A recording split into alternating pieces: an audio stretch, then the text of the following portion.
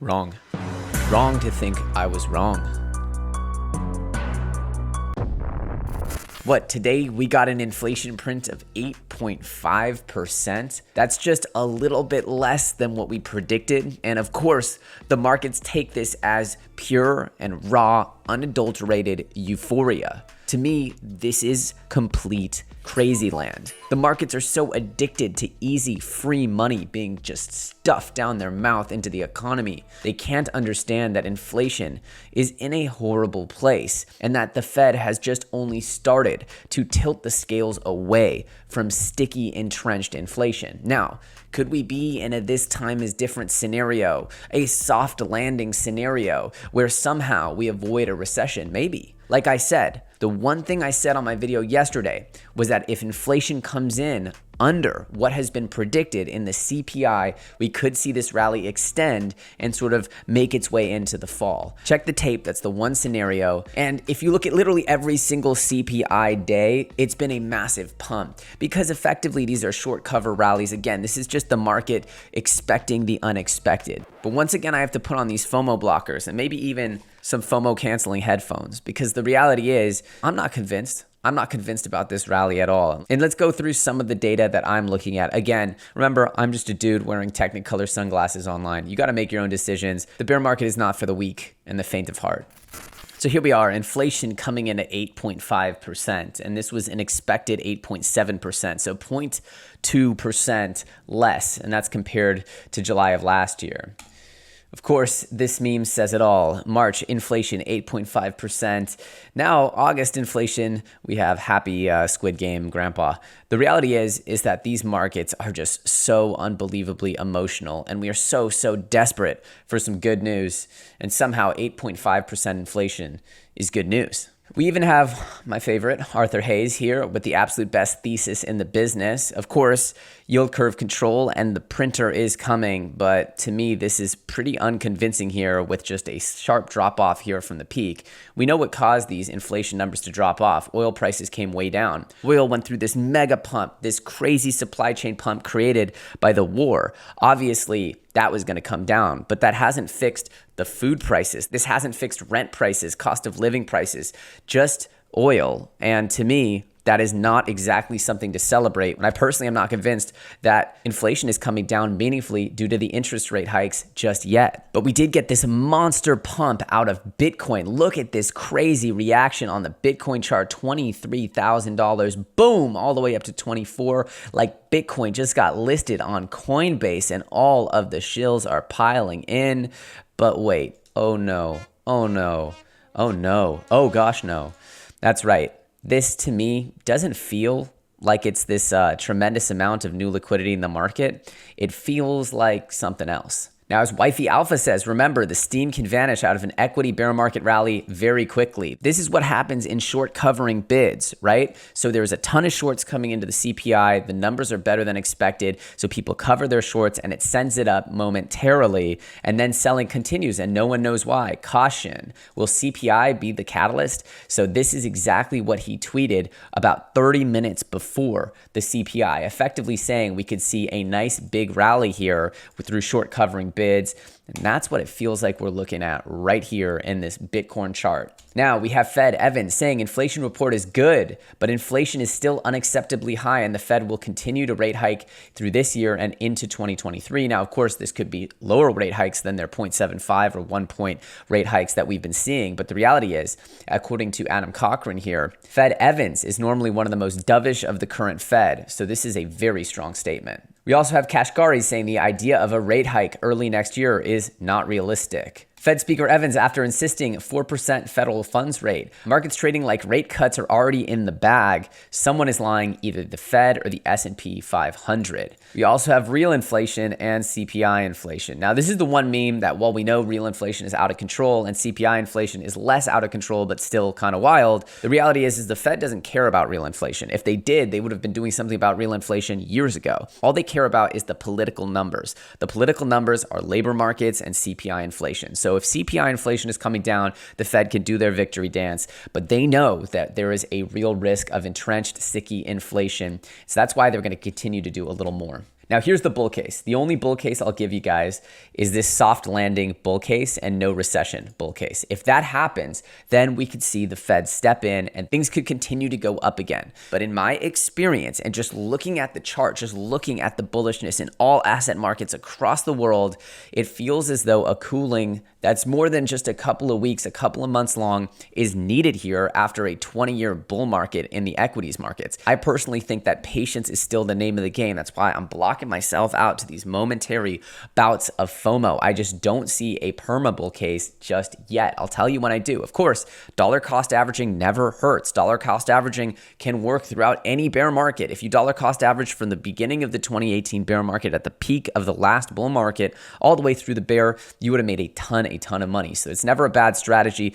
I'm just telling you where I think I'm going to fire my bigger bullets. And again, I do think we revisit those lows, if not lower. And here, remember when I said insiders were dumping stocks at a record pace? Well, guess what? Elon Musk sold a total of $6.9 billion in Tesla over the past week. Elon, your GOAT, your God, the man you worship, selling stocks and dumping them on your head as retail piles in. The same week that retail piled in at a record pace, we see Elon dumping like there's no tomorrow. What does that tell you? Does the man who runs the trillion-dollar corporation believe the number is going to go up?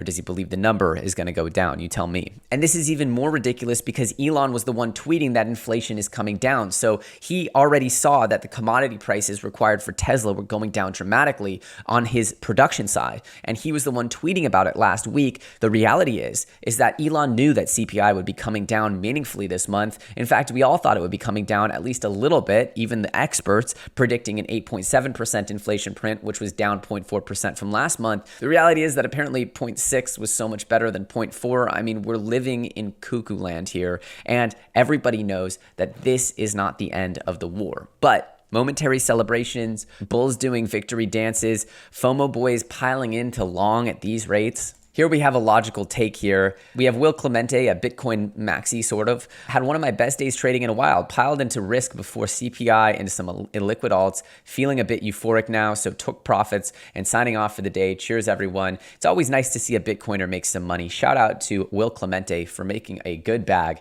Trading some altcoins, we all know that they trade with more volatility, so it's good to see him extracting that value. We know that alts go up way more in a bullish posturing, and so if you feel like you have an edge, and CPI prints have traditionally been pump events over the last few months because expect the unexpected. We're not going to break that down completely, but that's a good trade, and I think he was super smart to take profit on all of these and sign off for the day. That's the way that you lock that stuff in. Finally, you might notice this super cool Neo Tokyo hat on my head. It's just the beginning of the Neo Tokyo merch store, so shout out to our amazing team at Neo Tokyo. A really, really cool collaboration that I'm looking to set up right now with Neo Tokyo and Imposters.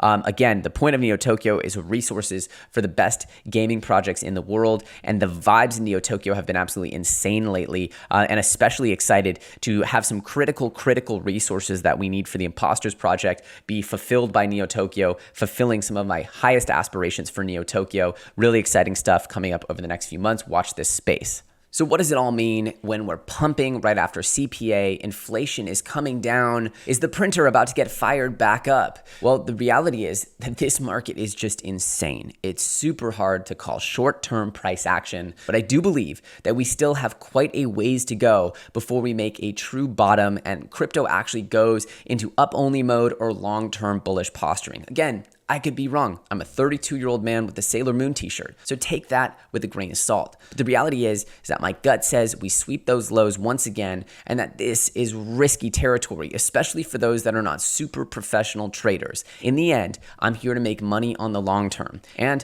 the play that I'm going to be making mostly surrounds Ethereum and certain specific metaverse-ready altcoins. So once the time is right, I'll start piling into those coins like there's no tomorrow. I'm personally hoping for a little bit more blood on the highway. That said, if we end up going sideways, down, sweeping lows and coming back up, that's also a possibility. I just see a lot more frustration before we get a euphoric bull run. And that's just how I feel. But you know what? I might be wrong. In the end, I'm not convinced by this pump, and the lack of fortitude from Bitcoin here petering out after just an hour or so and starting to come back down to earth from whence it came does not make me feel like crypto is entering into the up-only zone that I know it will be in the future. Make no mistake, crypto will be the best performing asset class of this decade. As soon as we make this this bottom and start to reverse, Ethereum, metaverse coins, all of the innovations around DeFi 1.0, I believe will start to emerge as some of the most important investment opportunities ever in the history. And the more bloody this gets,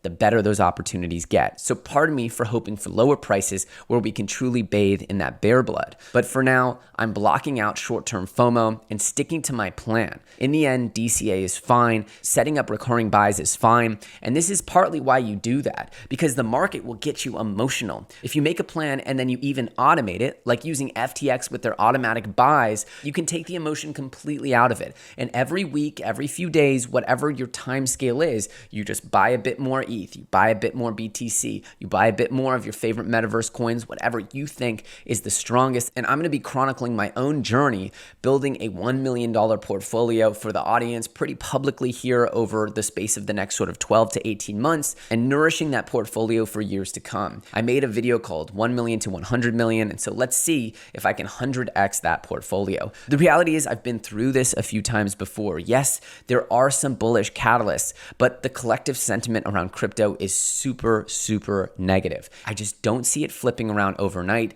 The collective sentiment around tech stocks needs some time to do some healing. Once that healing starts to occur, I'll be piling in when everyone else is laughing at me. But right now, this feels a little bit too quick, too much, too soon. That's what my gut's saying. So I'm keeping my biggest bullets on the sidelines for now. Again, little nibbles every time the market crashes. I just wouldn't be longing the tops of these rallies because this Bitcoin reaction to CPI, it just didn't give me the confidence. Again, we have a lot more time left in the game. Sitting on my hands, I don't feel like I'm wrong, but who knows? Maybe I'll look like a total fool. If you guys want to find out the thrilling conclusion to the story, which of course the story never ends, make sure you subscribe, put that bell notification on because we're going to be doing some really, really cool content. Like I said, I'm going to be rethinking the way I do content throughout this bear market, trying to approach each topic from a different angle. It's all about value to the audience and how I can best serve this audience going forward, not just in the crypto world of today, but as crypto spills into the mainstream and starts to infuse with mainstream culture tomorrow. As always, I'm EllioTrades. I hope you enjoyed this one. You